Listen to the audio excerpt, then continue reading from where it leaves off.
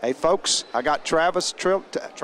Sorry about that, Travis. That's quite all right. Here, been called worse. Here at the 13th annual Racers Reunion event in Jonesboro, Tennessee. And Travis is living over in my hometown now in Kingsport, Tennessee. He's back and forth from there in Castlewood, Virginia. Travis, it's nice to have you on the TV show today.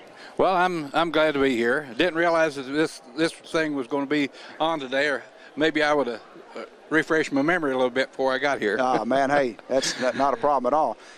We've talked to a bunch of these drivers here today. We've talked to Sherman and Layman Utzman and Brownie King and Dr. Tarr, and just love getting the opportunity to get you guys on in front of the viewers so that they want to know where you are today and what you're doing. And what I'd like for you to do, if you just give us a little history about your racing there and some of your highlights. Well, I don't know where my memory would go back that far or not. I started probably when I was a kid. I know I had one of those little pedal cars, and I had several pictures of that. And people saw that, they said, well, that's where he must have started. So, but my first racing, I guess, was in Midway, Virginia. That's right outside of Quantico or Triangle, Virginia, near the Washington, D.C. area. And into Fredericksburg. They had a 55, had an old 55 Ford. It had exhaust pipe welded in it for row bars. So luckily I never turned over. Yeah, lucky you didn't have to test those out, right? Right. And so that was my early part of starting. From there I went into the drag racing, and I drag raced for quite a few years, and owned and operated 3 tracks at one time. And one of them was in Kingsport, and the other one was up in Coburn, Virginia, and one in Charlotte, North Carolina. Okay. And so from there, then I'd always wanted to get back into the round and round. So eventually I said, if I'm ever going to do it, I better do it now. Right. So I bought me a car and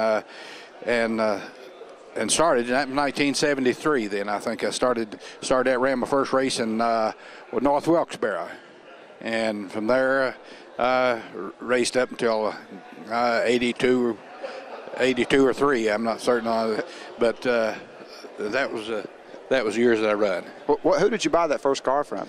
I bought that first car from Buddy Arrington. The car, there was quite a history on that car. Bobby Allison built the car in when he had the Coca-Cola deal. It was a 1972 Dodge Charger. And then Marty Robbins traded him a Lincoln for that car, and he took it to Daytona in 73 at the Daytona 500, and he crashed it, backed it into the wall right in front of the flagman stand in 1973. He said if you wanted to crash, you wanted to be up front where everybody could see him, and that's where he was, right by the flagman stand. That's the way to do it. Yeah. So he sold it to Buddy Arrington, and Buddy Arrington fixed the car, and I purchased it from Buddy Arrington then. And now the car is in Pennsylvania. I'm not sure what town that is, in a museum.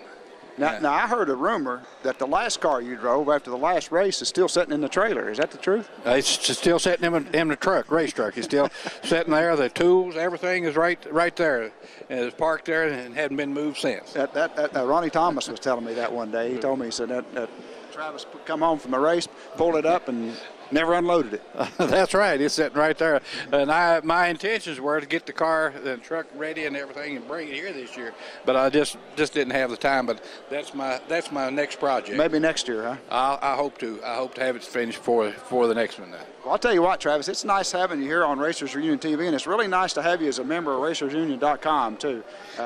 It's a pleasure having you on there and having your webpage up for people to make comments to.